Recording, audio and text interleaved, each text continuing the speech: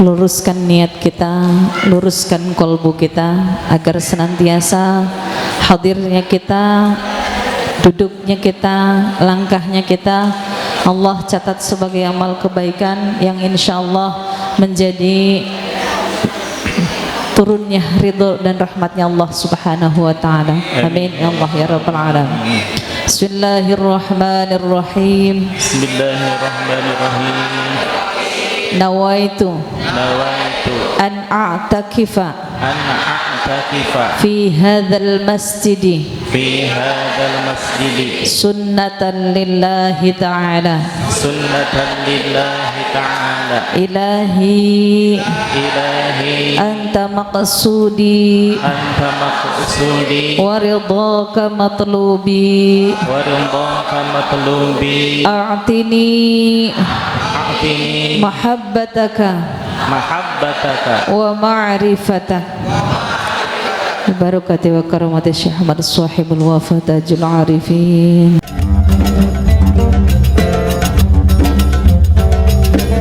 Assalamu alayka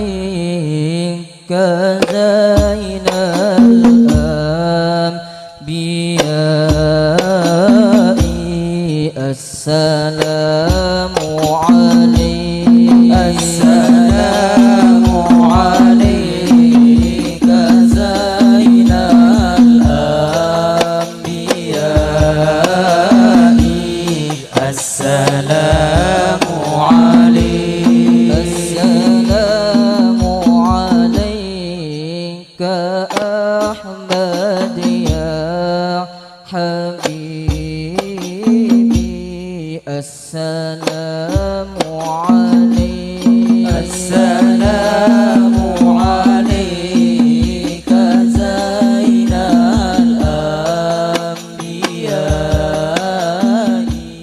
Para masyayikh, para sesepuh, bini sepuh, para tokoh masyarakat, para ketua DKM dari berbagai masjid dan musola, para ketua majelis ta'lim dari berbagai majalis, para pengurus baik pengurus masjid maupun pengurus majelis, terutama Masjid Al-Muhajirin yang berada di sektor 3. Subhanallah, betapa berbangga hati kita semua para DKM, semua jamaah menerima kehadiran kita dan mengikhlaskan terlaksananya pengajian majelis duha dilaksanakan di masjid ini. Mudah-mudahan semua pengurus dan DKM mendapatkan limpahan barokah dan nikmah dari Allah Subhanahu wa ta'ala. Amin ya Allah ya Rabbal alamin. Bapak-bapak, ibu-ibu, hadirin jamaah sekalian yang saya hormati dan Allah muliakan. Kumaha Bapak, Ibu sadayana damang? Pripun kabare, sehat nggih? Alhamdulillah. Kan kalau sehat mah bisa ketawa ketiwi sendiri ya. Baik Bapak Ibu hadirin jamaah sekalian, mengenai hikmah yang nomor 7 ini terkait erat dengan hikmah yang nomor 6, bahwa kedua-duanya sama menyiratkan tentang sebuah doa, dan doa itu adalah hak prerogatif Allah Subhanahu wa ta'ala. Namun satu hal yang pasti, bahwa doa yang kita panjatkan ke hadirat Allah Subhanahu wa ta'ala pasti diijabah, sebagaimana firman Allah Subhanahu wa ta'ala di dalam surah Ghafir ayat 60, ud'auni astajib lakum. Berdoalah engkau sekalian wahai hamba-hambaku kepadaku, kata Allah Subhanahu wa ta'ala, astajib lakum, niscaya pasti akan aku kabulkan permintaanmu.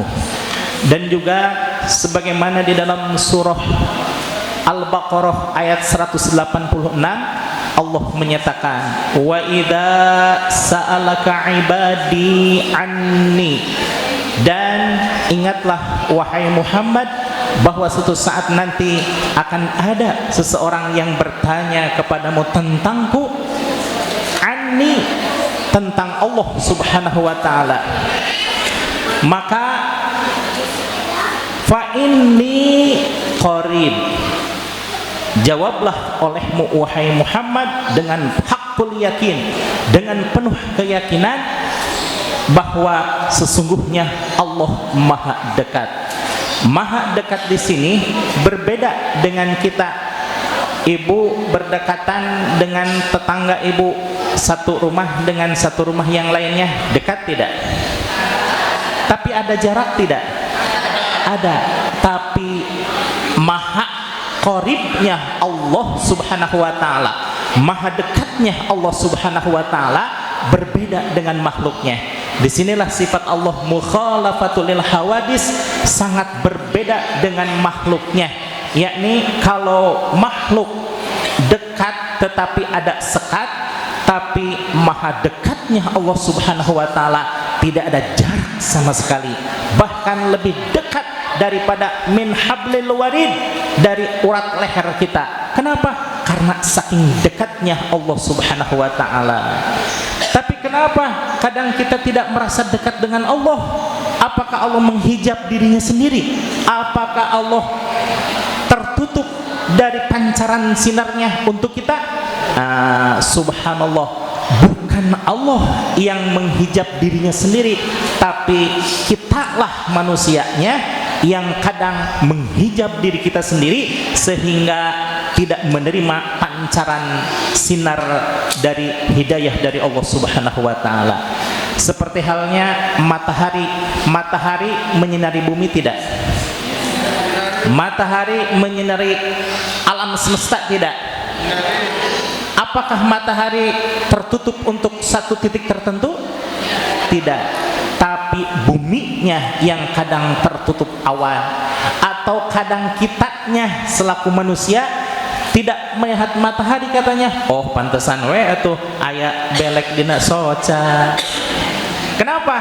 Jadi bukan matahari yang menghijab dirinya sendiri, justru kita yang menghijab diri kita dari sinar pancaran Allah Subhanahu wa taala. Dengan apa?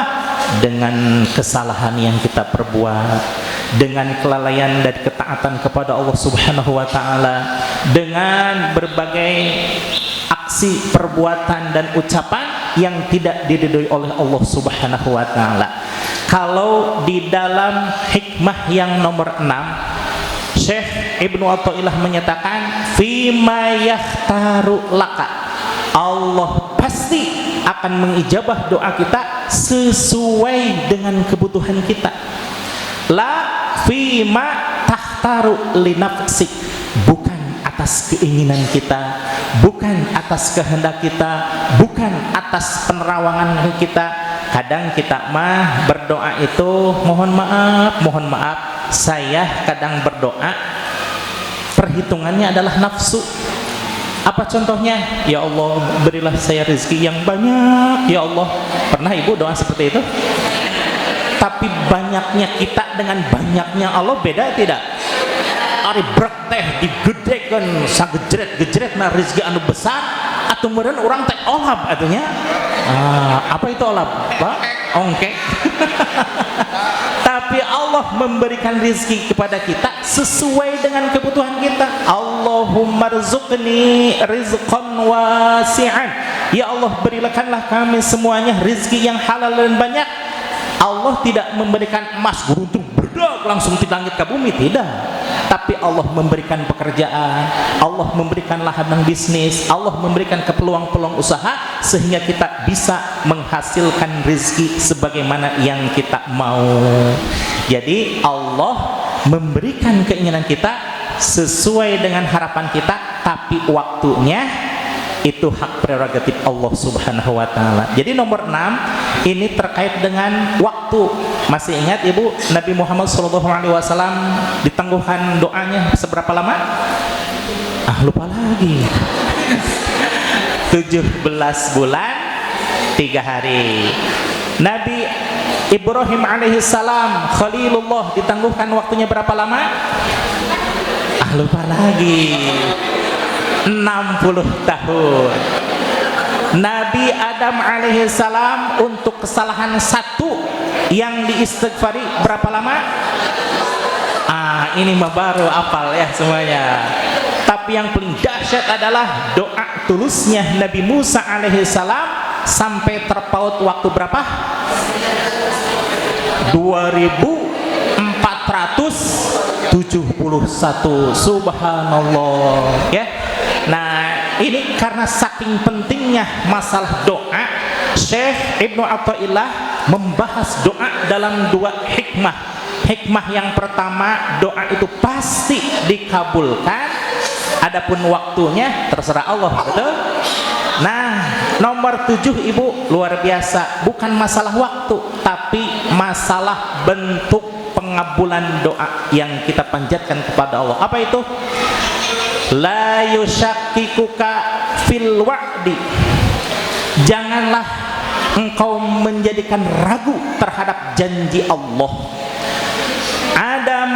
Adamu wuqu'il mau'udi, dengan tidak terlaksananya keinginan kita, wa in ta'ayyana zamanuh, padahal waktunya sudah mepet atau bahkan waktunya sudah jatuh tempo.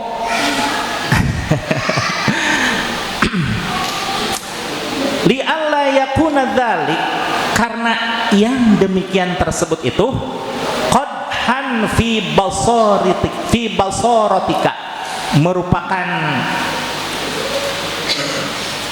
tidak meredupnya cahaya mata batinmu, wa ikhdaman linuri sariratika, dan meredupnya pula cahaya hati nurani kita. Jadi jangan seolah-olah dengan tidak diijabahnya doa kita menjadi ragu. Akan Allah teh sudah berjanji dalam Al-Qur'an, ud'uni astajib lakum, berdoalah engkau sekalian, maka pasti akan aku ijabah. Sedangkan Allah, innallaha la yukhliful mi'ad. Allah tidak pernah sulaya akan janjinya. Apa itu sulaya? Allah tidak pernah mengingkari janjinya. Ibu, untuk hadis dari An Ubadah bin Sufyan, dari Ubadah bin Sufyan radhiyallahu anhu, anna Rasulullah sallallahu alaihi wasallam qala, bahwasannya Rasulullah sallallahu alaihi wasallam bersabda bahwa ma minal ardi muslimun, tidaklah seorang muslim yang dimana saja berdoa, yad'ullaha bida'watin, yang berdoa kepada Allah dengan sebuah doa, illa tahullahu ta'ala laha, kecuali Allah akan mengabulkan akan permintaannya. Pertama, tadi Allah mengabulkan permintaan seorang hamba apabila dia berdoa kepada Allah. Kita berdoa, anna urid wa anta turid walakinnallaha yurid, saya mau, ibu mau, tetapi yang sebaik-baik keinginan siapa? Keinginan Allah. Satu kali lagi, anna urid wa anta turid walakinnallaha yurid, saya mau, engkau mau, tetapi sebaik-baik keinginan adalah kehendak Allah subhanahu wa ta'ala. Jadi poin yang pertama, menurut hadis yang diriwayatkan oleh Ubadah, bahwa Allah mengijabah sesuai dengan keinginan kita. Yang kedua,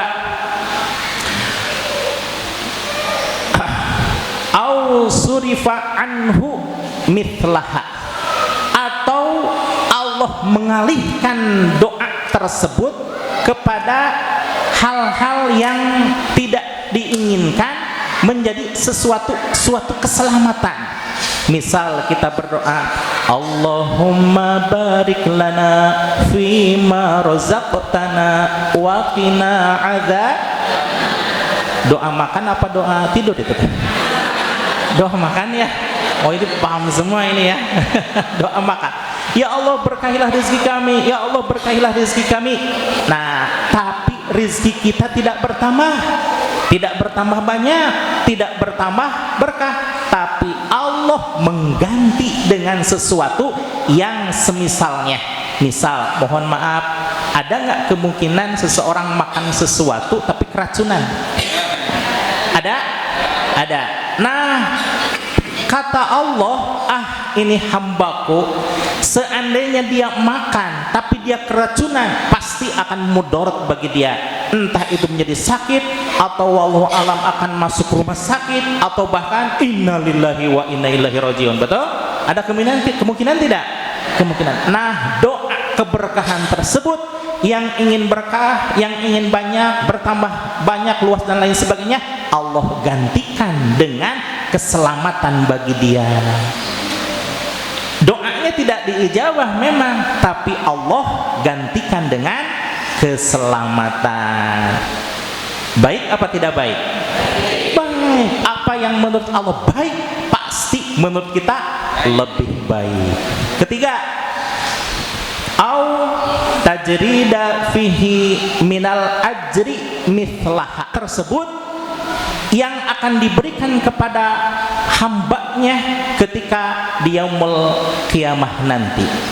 Suatu saat ada beberapa orang, entah saya atau ibu atau bahkan kita semuanya akan merasakan ketika dipanggil nama kita, menolehlah ketika melihat ke arah suara yang memanggil kita, lalu diberikan catatan amal baik kita. Begitu diperiksa, set, gening, ini teh ada suatu pahala yang kita sendiri tidak tahu pahala apa itu. Nah, ketika ditanyakan kepada Allah, ya Allah, amalan apa ini? Saya tidak pernah mengamalkannya, ya Allah. Wahai hambaku, ingatkah engkau ketika di Masjid Al-Muhajirin tersebut, saat itu engkau bersama tetangga-tetanggamu berdoa kepada kami? Tadi doanya apa itu?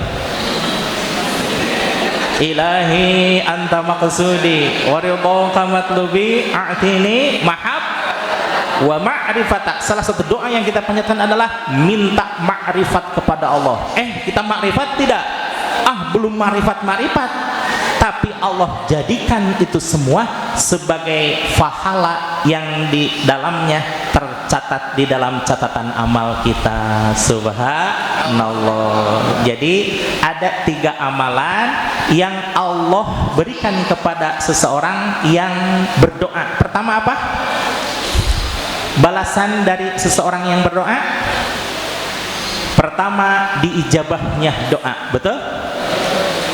Kedua, dialihkan menjadi sesuatu dari misal keburukan dia menjadi keselamatan. Yang ketiga, ditangguhkan oleh Allah Subhanahu wa taala untuk di akhirat nanti menjadi pahala bagi kita sekalian. Alhamdulillah.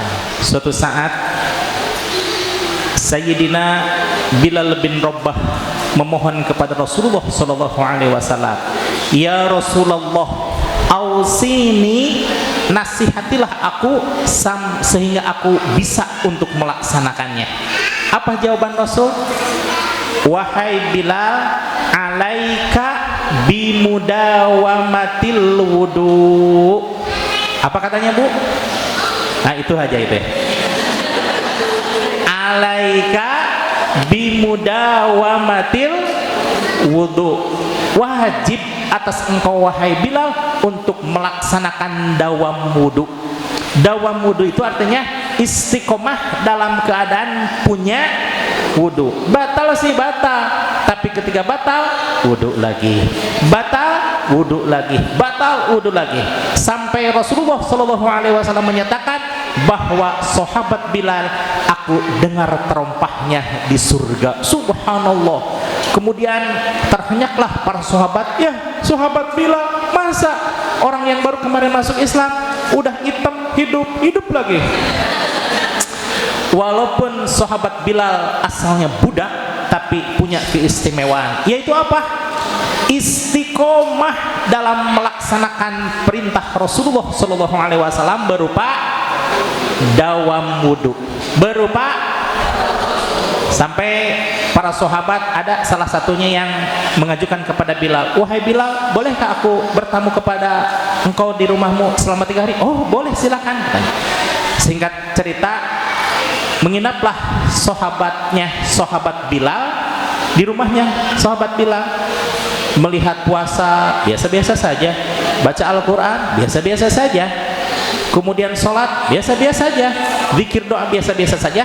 Tapi ada satu yang istimewa. Apa itu? Mudawamah wudu, istiqomah wudu. Sehingga subhanallah, ternyata itu yang membuat Allah ridho terhadap sahabat Bilal. Ibu hadirin jamaah sekalian, amal ibadah kira-kira banyak tidak? Contoh, jihad, puasa, sholat, taklim, baca Quran. Betul? Cari apa kira-kira amal ibadah yang menjadi unggulan dan andalan. Saya terus terang, kalau disuruh jihad, saya mundur. Kenapa? Boro-boro ngangkat senjata, lihat silet aja ngabit gigi saya mah. Amalan jihad coret saya mah. Amalan puasa sudah mah sahur bareng sama istri saya mah sampai buka sampai maghrib, saya mah jam 11 ngeleper. Salah tri ibu. Kemudian kalau puasa seperti As-Sajjad Sayyidina Zainal Abidin sampai 1000 rakaat sholat sunnah setiap malamnya. Saya subhanallah baru sholat duha udah begini saya mah cangkel.